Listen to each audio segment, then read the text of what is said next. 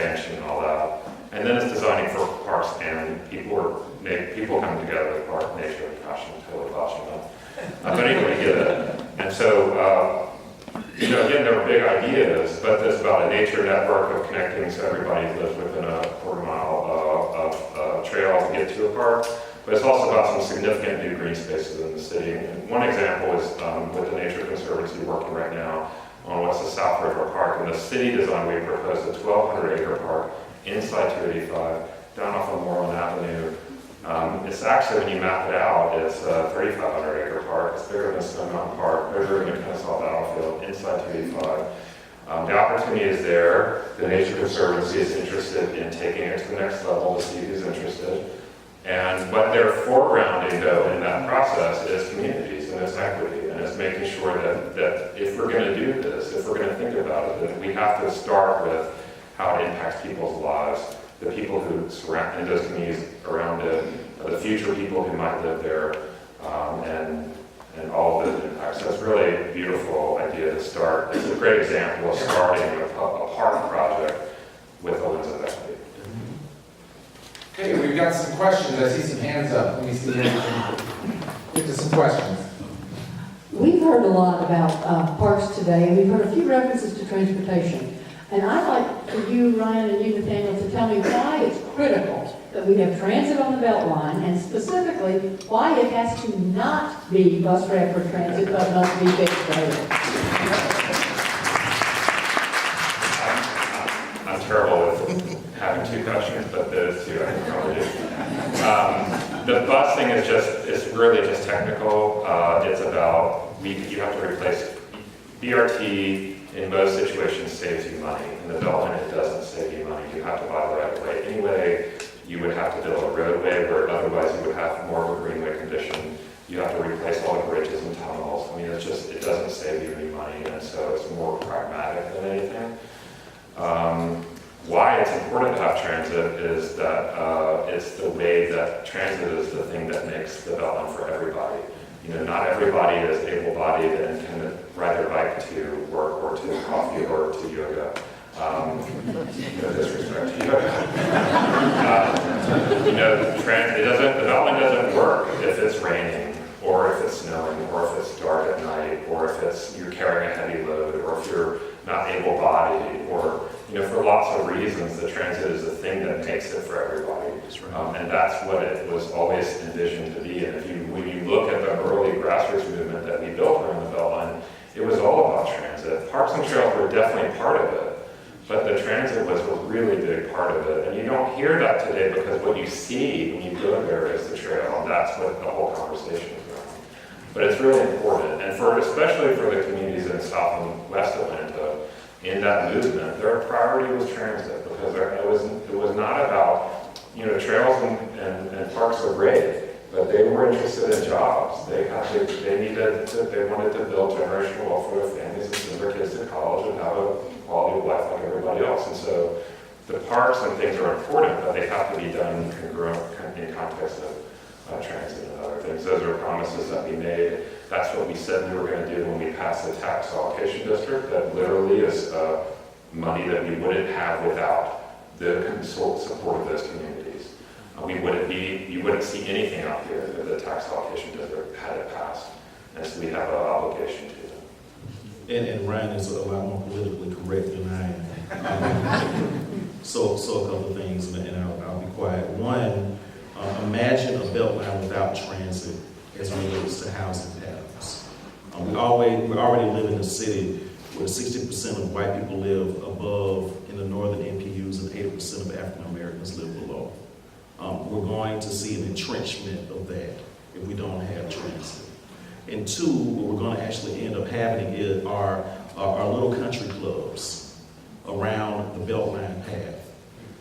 If we don't figure out ways to ensure that people are connected, because what is going to happen is, and because of market conditions, right, the affordable housing is going to find places where it's cheaper to develop affordable housing, while the better opportunities for folks to make money will continue to develop the housing at the price point that we see now. And so it's going to be a very segregated BeltLine, and it's not going to be an inclusive BeltLine. and we're not going to provide vulnerable populations an opportunity to really benefit from the positive economic impacts that may not necessarily be in their community, but in other places around the BeltLine if we don't allow transit to be a key part of it. So it's not an either or, but a both and, in my opinion. And let's not even talk about transit-oriented development, right? Opportunities that we may have as a result. So you have to do both. You have to do both. It's really important to see transit and housing and lots of other things as integrated things. These are not issues that can be separated. Just we either do this or we do that. They have to be done together. And I'm just saying, been saying all the time, especially the last few weeks, if we want to gentrify this town, don't put transit on the BeltLine. That's a sure way to do it, because it ensures that it's not for everybody. And then the economic forces are going to take over, and it's going to be too late.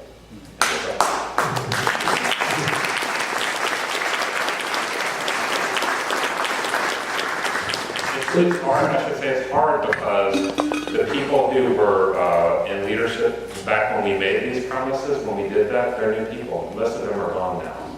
The staff at City Hall, the city councils, they're mostly different people now.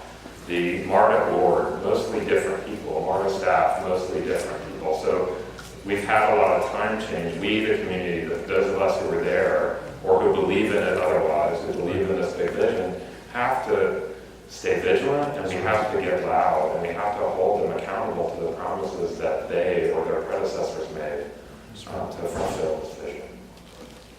You both mentioned the importance of history, and so my question is, how important is it to look at systemic racial inequities as something we need to discuss as we move toward developing community? Because we all know that we have this mythology that we're too busy to hate. So most people will expect for me to answer that out of the two. I'm actually going to answer. So you won't think, oh, here's a bad hand. So Ryan, can I would have you answer. No.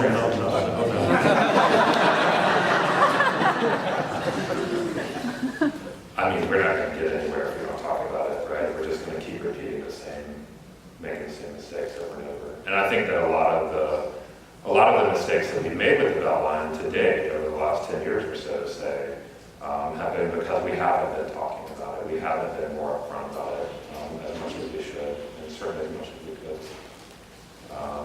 We're not gonna live up to that promise if we don't have conversations like this, and a lot more of them. And especially for people who are uncomfortable with this conversation, or who feel like they don't want to be embarrassed themselves or say something wrong because they're going to get criticized, we all have to be open ourselves up to that and make sure that we're willing to do it because it's important. Not for some abstract kind of reason, but like literally for our kids. Like either we're going to stand up and be grown-ups and do it, or our kids are going to do it for us, and they're never going to forgive us.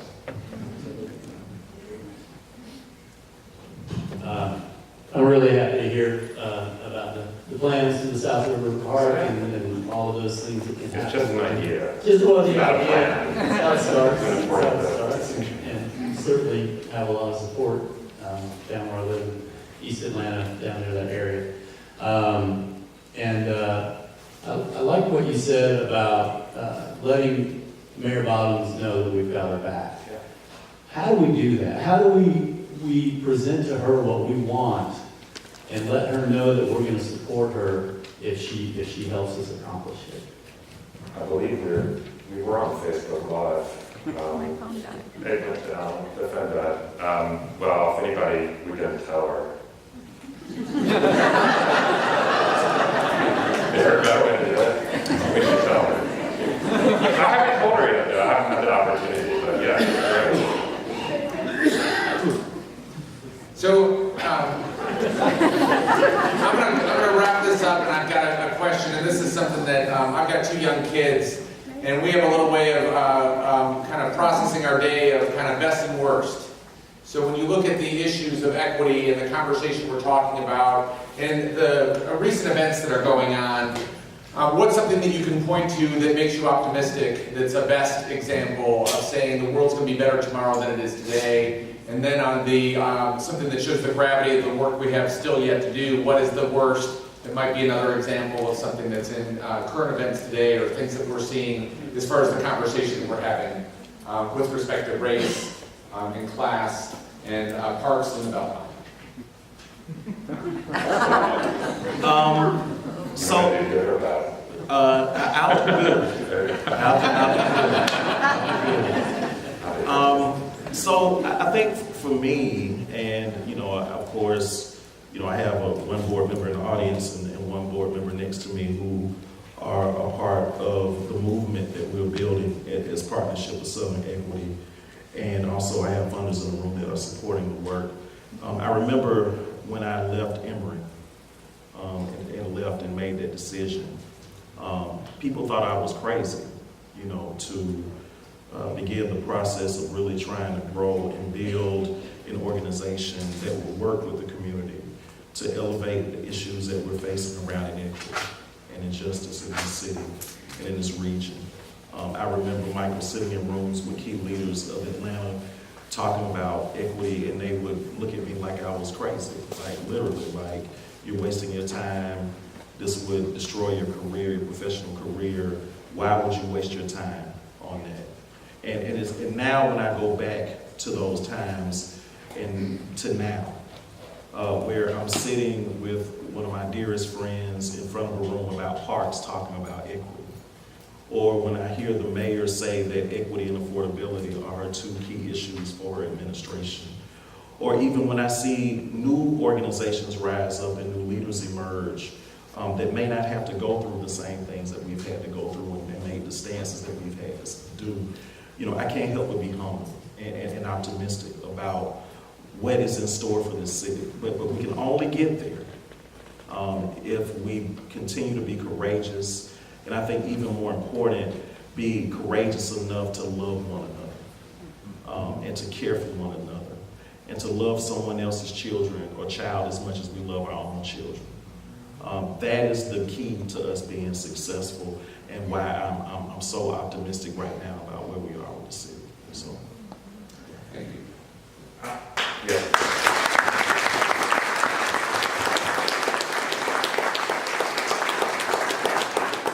I'm like a magnet for crazy people. Not y'all. it's our friendship. But I get a lot of people come up to me just randomly and say, oh, thanks for the BeltLine. And of course, I only played one small role in that, of course. But when we left the board of the BeltLine partnership, it sort of escalated exponentially. Random people that I had no way of knowing would come up to me and say, thank you for doing that and for standing up for people. And that's really, rewarding and helpful for me. So thank you for anybody who said that, because it helps when you're taking a stand. And I encourage you to say it to each other. But also with the current issues around transit and whether we follow through on that promise or not, the more vocal I get, the more people stand up. Now, they're not all positive. So the downside maybe is the hate mail. But aside from that, really looking ahead, and I'll leave it on this, and a lot of y'all probably heard me tell a story, but the thing that really gives me hope is, not to get cheesy, but it's my kids. About a year ago, I had to take my kids to the grocery store, and they were complaining about it because they didn't want to get in the car, basically. And they're like, oh, yeah. If we have to go, can't we at least ride our bikes? And I said, yeah, we can ride our bikes. That's what people in Atlanta do. We ride our bikes to the grocery store. They have no idea how ridiculous that is. But I do, and I also know how powerful it is that that's their expectation for Atlanta. Their expectation for Atlanta is it's the kind of place you can ride your bike to the grocery store. And of course, for us, because we live on the BeltLine and we have a grocery store on the BeltLine, we can. It's the healthiest way to get there, the most sustainable way to get there, the fastest way to get there, and certainly the way that they enjoy getting there the most, and me too. So when you look ahead at the really daunting challenges that we face as a city, as a region, as a country, in terms of equity, in terms of sustainability and health, and all these interrelated kind of climate, issues. It definitely gives me hope that we have, that we're going to get there. At least we have the opportunity to get there if we all